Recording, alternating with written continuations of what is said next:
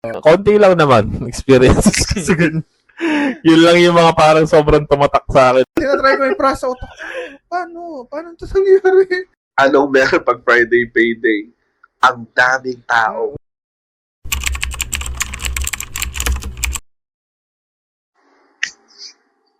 Hello mga titos and ng mundo. Dito na naman po kami. My name is Dominic or Tito Dom. Tito Ru. And this is your Tito Ras. Anong entry mo ngayon, Tito Ras? Ikaw lang may kasabihan lagi. Kailangan ko pa mag-entry. Tito Ras, puwet mong nagasgas. Wala ko sa pakiramdam ko nung nakarang araw, tinawag boses ko. Okay naman boses ko tonight. Ganyan. Tito Ras. Ang ganda ng boses mo. Pero, yun nga. Anyways. Lahat naman siguro tayo nakapag-commute na, no? Oo naman. Hindi pa. Commute. Nagka-grab lang kasi ako. Okay, si Grab. Siguro. si Rich Kid. So, tricycle, jeep, bus, name it. Hindi ka certified commuter kung hindi ka naging sardinas, hindi ka Nag-amoy mandirigma. amoy mandirigma, pagtulokan, siksikan, pawisan. Any unforgettable experience mo na nagko-commute? Pwedeng nakakatawa, pwedeng nakakatakot. May experience na tumatak sa'yo pag nagko-commute ka? Tandaan nyo nung basta QC pa tayo nun, nakatira. Sobrang hate na hate ko yung biyahe nun kasi QC Muñoz papunta ng Ortigas. Kung walang traffic, sobrang lapit lang niya. Isip na sa mga naging reason ko, ba't ko pinili or ba't ako nagsuggest na lumipat tayo ng Mandaluyong. Kasi mas malapit sa Mandaluyong, sa Ortigas, mas ano pa. So ito, QC days, Friday payday. Anong meron pag Friday payday? Ang daming tao. Zombie. Parang zombie apocalypse. At ang masama pa nun, umuulan. So, lahat nagkasama-sama na. Mga zombie, mga gremlin. Diba, ano yan? Yung mga option natin doon, papunta ng QC, may bus, kaya mag-MRT ka lang. Siyempre, hindi makaya ba, hindi makataas ang sweldo, hindi ka makapag-Grab. Tsaka di pa masyado uso ng mga Uber or Grab. So, ang option ko noon, bus muna. So, tigil ako sa Mega Mall. Punta muna ako, first stop ko, Mega Mall. Ang daming tao. Pati yung bus. So, try ko nga, lipat ako ng Galleria. Nilakad ko yun sa bus station ng Mega Mall to Robinson's Galleria. Pagdating ko doon, same. Pumila ako ng Ortigas MRT station. Ang pila, malapit na sa pinaka-mall. Kala ko nasa Boni. Hindi. Yung pila ng Ortigas. Sa Boni. Kasi ilintay mo pang makarating. Para sasakay ko ulit. Babalik ka ng Boni. Ito nga. Pagdating ko sa hagdan, sabi ko malala. Ayaw ko na nito. Lumipat ako ng Shaw MRT station. Mount Shaw yun eh. Sa Mount Shaw. Alam nyo na yun, napipil nyo na yung sobrang pagod mo talaga rin ka ng office, nagpabalik-balik ka na. Pagdating ko sa MRT ng Shaw, ang haba din ng pila. Siyempre, Mount Shaw, ang taas. Umabot ako ng 2 oras para lang makasakay. 2 oras ka nangangamoy nangangamoy ng puwet sa hagdan. Kasi kung ayun ang pinakayo kong pila eh. Yung sa hagdan, nakapila kayo. Pabalik-balik. Mga puwet yung nakatutok sa'yo yung mga puwet pag nakapila ka dun eh. Umabot ako ng 2 to 3 hours para lang makasakay. Oh, wow. Pagsakay ko ng train, yung sobrang siksikan na ganyan, yung amoy ng tao, yung singaw ng katawan na parang, alam mo talaga, iba. Pagtaka ka pag may amoy patay lang. Amoy patay. May namatay na sa biyahe. Alam mo, kapag nakagalit ako, naiiyak na ako. Oo, kasi lagi. Cry. Kasi hindi ako parang feeling ko hindi ako makahinga. Doon ko talaga na-experience ko. Sa iyak sa biyahe. Ang never ko naman na-experience umiyak sa biyahe. Unless may problema ka. Hindi, kasi nga, may iniisip ka. Ilang oras ka nag-ano, pabalik-balik, yung pagod mo na lang talaga. Kasi gabi-gabi na yun eh. Gabi-gabi na bago ako nakasakay pa. Mapagod ka lang. Iyak. Tapos ganito na ba yung magiging buhay? Pilipinas to. Na parang, wala na tayo bahay sa transportation doon. Parang araw-araw naman kasi halos yan eh. Hindi, iba. Pero pag natapat mo yung Friday payday na umuulan. Ayun. Yun talaga. Ulan, payday, biyernes. Yun talaga, pag nagsama-sama yun, wala na. Kahit Sierra Madre, di ba? Magigiwa. gamit si Sierra Madre. Nakapag-thank you na ba kayo sa kanya? Thank you, Sierra Madrid. Thank you, Sierra Madre. Ginawa niya na pagsantong Sierra Madrid. Na. Ganun yung tugtog nun. Ipagtatanggol kita. Hindi ako! Tanga eh. Ikaw? Wala. Hindi. Ito talaga hindi ko makakalimutan. Kala ko wala kang experience Wala, sa tas boring ito, mo naman. wala, tas ito talaga, hindi ko makakalimutan. Hindi. Ito talaga. Ano ko nun eh. Pauwi ako ng dito sa province. So, nasa Manila ako. Galing akong Santa Mesa. So, sumakay ako ng LRT. Pagpasok ko, hindi masyadong crowded.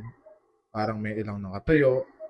Pero nagulat ako kasi yung mga nakatayo na yun is hindi sila umupo dun sa specific spot na may bakante. So, parang ako, natuwa ako. Agad-agad ako umupo. Sa mga kaluluwa pala yung nakatayo. May horror story pala. Hindi. So, dun sa spot na yun, Oh. meron lang iilan na nakaupo sa parang isang haba ng LRT na yun. So, merong ilan nakaupo sa dulo. Then sa gitna is may matanda. So, sabi ko, kaya walang tumatabi sa matanda. Sige nga, ako na lang. So, di upo ako. Dahil baka nga kaluluwa yung nakikita mo. Putik. Hindi naman. So, yun nga po, sa tabi ng matanda. Then, ako, cellphone muna. Then, habang nasa biyahe, parang, nag-ayos ako ng upo. Parang humawak akong ganyan. Humawak akong ganyan dun sa tabi ko. Umayos ako po. Then, pag-hawak ko, may nahipo akong basa. Ko, ano tong basa na to? Siyempre, unang pasok sa isip ko is baka tumulo lang yung aircon ng LRT or baka may natapon lang kaya walang umuupo. Okay. So, nakita ko, medyo brown. Medyo yellowish yung liquid. So, ako kasi, basta may something, ewan ko, parang malilisip ko, aamihin ko to. Oo, kahit sino naman eh. Kasi, regardless, kung, hindi ko alam kung dumiman to. Pwedeng curry yun. Oh. Pwedeng kaldereta. Sa LRT maker. May lang. Kanin na lang. Madilaw-dilaw. So, basta, going back, tingin ko, medyo ano. So, hindi ko naman dinikit sa ilong ko na ganyan. Sinubo mo sa bibig. Pag amoy ko, putik, amoy turot, oh. Tae. Tae? Sa MRT? LRT? Oo. Tae? Na-realize ko, putik na yung matanda, natain na ito, naihi, na magkahalo na. Feeling ko diarrhea yun kasi pinagmasdan ko eh. Ako lang actually nakamot. Napawa sa mukha mo. Dirig-dirig. Hindi ko na alam kung ano nangyari nun. Pero sure ako, sa amoy, na yun. Baka akala niya deluxe First MRT class. yung sakyan niya. May siya. Oo. Pero yun, First class grabe, yun. hindi ko malilimutan na pinagmasdan ko siya eh. So, ayun pala, after kong mahawakan yun, hindi ko Teka, alam. ini-imagine ko. Pinagmasdan mo siya habang hawak mo yung tae niya. Tapos tinipilit mo siyang intindi. Oo, tinatry ko yung prasa utak. Paano ito nangyari? Ba't natay na si tatay dito? Wala. Parang naghang na lang ako hanggang sa tas unti-unti akong tumayo, tas nagpanggap na nagsiselfone pa rin sa isang kamay. Then, habang nakatayo ako, naghang na lang ako, tas yung girlfriend ko naalala ko, hindi niya napansin eh. Parang ako lang talaga nakakita sa lahat ng pangyayari. Tas hanggang sa bumaba na yung matanda, tumatagas yung pantalon niya, tito. May tumatagas, para siyang naging serial killer na may tumatagas sa dugo sa pantalon niya. Tapos dala-dala niya hanggang makababa siya. Paawa naman. Hindi ko alam Malakas pa siya. I mean, hindi naman siya yung matandang Hindi matanda. naman siya yung ugod-ugod. Pero hindi ko alam paano may Parang nasa Tatay tayo. So, sa hayop na naman. Tatay tayo. Alam mo, i-re-ready ka na sa taas ng pagkakita. May ano ka na doon, may spot Tinatalong nga eh. Tinatalong kung okay yung lakad eh. Tumupuan na to. Oo. Naka-ready na to. Malay mo, mag-aslaw siyang maglakad ka, tataktak lalo yung tae. Eh kung dahan-dahan ka naman lalakad, oh. Kaibigan mo ba si Satana? So yun talaga, hindi ko malimutan. Ayun, ending. Ganun pa rin yung kamay ko. May juice Tae. pa rin. Tae juice. Hanggang sa pagdating ko dun sa talagang madali ako. Gusto ko Sana inakay mo. Eh, tapos pinahid mo sa damit niya yun. Isang taon nun. Kaya, Tay, tulungan ko na po kayo. Stagpay. Lumalabas sa mga ugali. ito talaga. Sa'yo lang ako natututo. Evil. So, yun.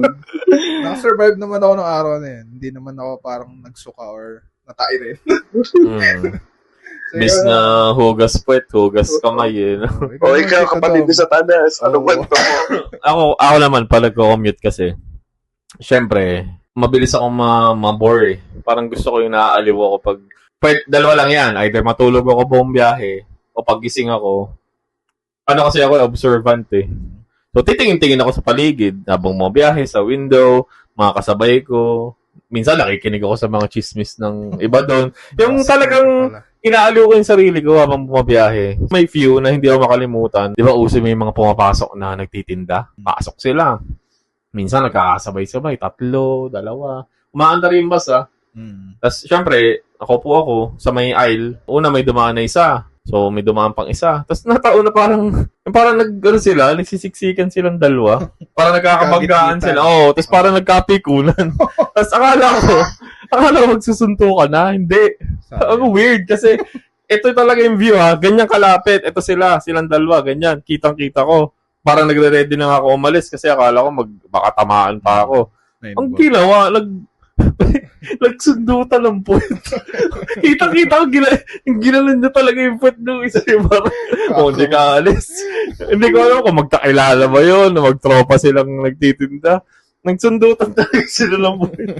Habang dun parang nagpinggiran sila ng puwet dun sa gitna ng aisle ng bus. Tapos isa pa yun, yung naranasan ko madaling araw, syempre, inaantok ako. Yung, alam mo yung papatulog ka pa lang, di, syempre, malay ka pa sa nangyayari. Biglang may, kumadyot yung bus Di, gumanon. Tapos parang, biglang nagpreno. Mga 2 seconds siguro, umarangkada ng sobrang bilis, tapos pumreno bigla. Tapos parang may sumisigaw yung driver or conductor. Kasi nga, hindi ko na mamalayan. Basta may sumisigaw Pero before yung sigaw, may lumagabog. Kaya ako nagising. Ang lakas talaga. Yung parang, bata. yung talagang kalampag siya. As, di parang, nung may kumalabog, yun yung sumunod na parang, kapit! Kapit! Tapos, pagtingin ko, yung lumagabog tao. Nakahiga na dun sa side. Sana ilula mo isigaw yung kapit bago ka kumadyot. Nung matumba, tsaka ka sumigaw ng kapit. Wala ko nun. Punta yung tao. Liga talaga. Meron naman kasi, di ba, pag natumba lang, tumba ka lang. Siya talaga, yung dapa talaga, plakda na. Yung nakaganon talaga siya. Tapos parang gaganon siya nung bumabango. Ang lakas talaga. Plakda talaga, na para siya nag-dive dun sa sahig dun. Siguro inaantok na din, walang makapita. Tapos, isa pa, basta yung mga... Tayo pala experience. Ang dami! Tapos yung siksikan. Pag siksikan, yung may nakasabay ako isang beses, babae. Siksikan sa bus. Ako nga, na lalaki. Kung ano lang dumidikit sa akin. Bayag na lang iba. Siko. Kung ano-ano na, hindi ko na nga alam kung ano lang nakalapat sa akin. Wala ka ng karapatan magreklamo Nagko-commute ka, nagbayad kayo lahat, siksikan. Itong si ate na nasa harap ko, filingera, iniiwas ko na nga yung ko, kasi baka mapagkamalan. Diba? Yung alam mo na, di syempre, gumaganon ka na. Syempre, kakadyot, yung bus, titigil. Mag-aalugan kayo lahat doon ng mga sardinas. Ang ate mo, tinignan pa ako na parang, Kuya, ano ba? Kanina ka pa. Nilalabas mo yung titi mo! Yung parang, anong kanina pa? Tangina mo, kanina pa tayo nagsisiksikan dito. Baka naman nilabas mo. Kanina pa. Ano bang itsura? Ayun na. Buti sana kung kagandahan at mala enchantress. Grabe ka naman. Diyos ko po Siyempre, naman. minsan naman kasi ilulog. Kung mainit ang ulo ko lang, te. Ano muna? Tingin mo, papatulog ka. Baka nga kahit itutok, hindi ko itutok sa... Kahit yung itutok, Diyos ko, hindi. Lintik na yan. Yung isa, naman, ako kasi, hindi ako makapag-balance sa bus. Hindi talaga, yung parang, kahit nakakapit ako dun sa bakal, pag yung umaano talaga siya, hindi ko alam kung ba't medyo maalog talaga ako. Hindi ko mabalanse kahit nakaharap ako sa... May vertigo ka na. Hindi. Dito na eh. Basta ang hirap. Gumaganon talaga. Tapos may time na syempre, alam niyo naman, yung mga konduktor na siraulo, urong sa likod, urong, hanggang makaurong na kayo. Ano ka na sa makina? May mga bus pala na, di ba akala mo yung bakal sa taas? Oo. Akala mo hanggang dulo. Kapapaurong, hindi ko napansin, kumukuha ko ng pera. Yung part pala na nasa dulo na ako, wala na. Wala nang bakal. Eh di, nataon. Putol. Talaga, sabi nung konduktor, boss, bayad mo, ganyan. Di, sabi ko, dito lang po ako. Ortigas, bunot akong wallet. Sabi po, binibilisan ko. Kasi sabi ko, may kakapitan naman ako. Pagka-jet ng bus, talaga, yung yakap ko talaga sa konduktor. Yung para siya naging, yung, Para ka sumalubong sa airport. Oo, yun. Hindi, nakatalikod naman siya. Para ako nagpa-piggyback ride talaga. Sabi ng konduktor, Uy! Pwedeng pasukan ng K-drama. Amoy ko yung likod ng tenga lang po. Ang galong kalapit. Dito. Amoy ko talaga. Sabi ko, hayop. Sorry na lang ako eh. Yung katabi ko, nagpipigil ng tao eh. Gusto ko lang sabihin, hindi, tumawa ka na. Nakakatawa talaga. Ako nga, natatawa eh. Yung naman din, yung pag sa jeep naman, yung katapat mo na. Talaga sila nun eh. May time na, di ba, mga taman magbayad sa harap.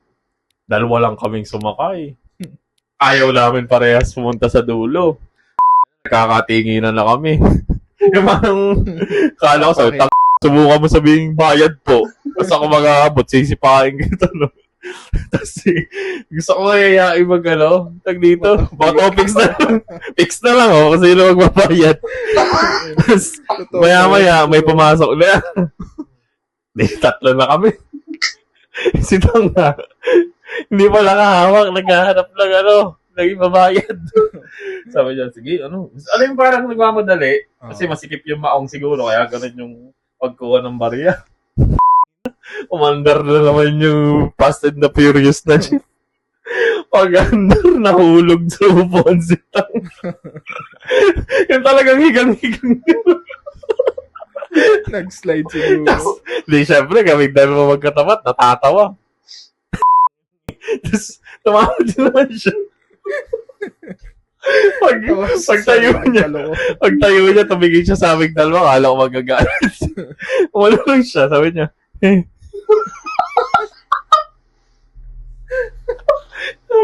sabi niya, Tawa yun. Imagine naman. dami. Pero pinaka-last, hindi ko makakalimutan talaga. Work. Diretso kaming yung Greenfields lang yata. Decent naman siyang club. As in, banda lang. Banda. Bakit lang kayo? Mga tanga, iinom kami. Kasama ko yung mga ka-work ko dati. Ako kasi yung parang that time, akala ko parang kaya ko yung, kasi beer lang eh. Sanay ako ng hard eh. Tapos parang sila ayaw nilang inumin. Sabi ko, sayang naman tong mga beer. Ininom ko. Inom ka lahat. Ang ina-expect ko, parang after maubos, dito muna tayo. Chill lang. Ganyan. Hindi. Ang mga tanga pag ubos, tara na. Uwi na tayo. Lakad kami. Parang okay lang ako. Walang tama. Punta na kami sa abangan ng bus. Sampa kami. Siguro mga pakubaw. Yan na, napapapikit-pikit na ako. Ang tanda ko na lang nung ginising ako na isa kong kasama. Sabi, huy, Dom, Munyos na. Baba na tayo. Pero, ang pangit ng gising ko lang pag mulat ko, yung parang biglang, yung parang alam mo yung na-delay yung hilo. Tapos parang biglang binagsak sa'yo ng isang na talagang umiikot yung paningin ko pag gising ko. Sabi, shit, parang feeling ko talaga masusuka ako anytime. Sinisinok na ako. Pag sinok, ganyan, wala. Sige. Maya, umaasim na. Paunti-unti. Acid na yan. Yun, yung acid. Umakit na. Pag sinok ko, may konti na. May mga lugaw na. Sabi ko, abutin talaga. Yung pumangalwa, nakapikit na ako noon. Kumbaga, sariling laban ko na lang to. Kailangan may baba ako ng Muñoz. Pag ganun ko talaga, yung puno yung bibig mo.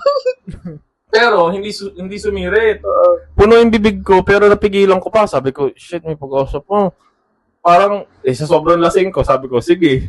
Lululuking ko na lang. Nung nilulo ko yung suka ko, lalo ko na suka. Ay, sabi ko naman sa'yo, talaga yung parang troso na, yung parang sa mga dam na binuksan, gano'n yung suka ko eh. Ang masama nito, magsuka ko, katabi ko yung isa kong ka-work, si Dara. Shoutout kay Dara. Katabi ko, nakasandal siyang gano'n. Pagtingin ko, yung ulo niya punong-puno yung suka. Tapos parang sabi, ang narinig ko lang, hindi pa ako nakamulat kasi subukan lang ako. Ang narinig ko lang, sabi ko, uy! Ano to? Tapos ako naman, nung pagtingin ko, casual lang, sabi ko, sorry lang ako ng sorry. Tapos, oy, talaga naman pagbaba ko talaga ng bus. Nasa likod pa kami noon. Pinakalikod. Para talaga akong zombie doon na gumagano'n pababa. Nagtitingilan nga lahat ng tao. Hindi ko rin alam paano ako nakauwi noon. Sabi nga ng landlady natin noon dati. Pagpunta ko, gato ko. Sabi niya, Tom, ano nangyari sa'yo? Hindi ko alam kung madumi ba ako noon. Nakatulog ako noon, may sapatos, may medyas. Kung ano yung suot ko. Nung araw na yun, wala na. Naligo. Bagsak talaga. Burara. Tapos pagkising ko na lang, yun, may mga champurado ako sa medyas, sapatos. Ang hayop eh. Deserve ni Dara ng kape. Siguro susunod. So, pag nag-subscribe yun, tsaka nag-follow ka sa amin, at nag-share ka ng 100 videos, libre namin ikaw ng kape. Send mo lang address mo, Gcash mo, birth certificate, lahat ng valid ID para maklaim mo yung kape. Konti lang naman experiences kasi ganun. Yun lang yung mga parang sobrang tumatak sa akin na pag bumabiyahe. Diba? Yan, unti lang, diba? Yun lang. Oo. Parang ikaw na nga bumubos ng oras natin. So yan, sign yan na kailangan magsikap tayo para hindi na tayo magko-commute. Hindi, masaya din mag-commute. Kaya ko lang, magtitira kayo ng pang-uwi pag mag-inom kayo para di kayo kay Tito Dom na pagising may champurado na sa kami. Wala talaga. Kaya magsumikap tayo tapos umalis na tayo ng bansa. Yo! Mahal ko Pilipinas. So yun, till next episode guys. Okay, thank you. Thank you so much for listening, mga titos and titang ina. Titang ina. Please like, Follow, Share, and subscribe. Mga na nyo. Bye-bye. Good night.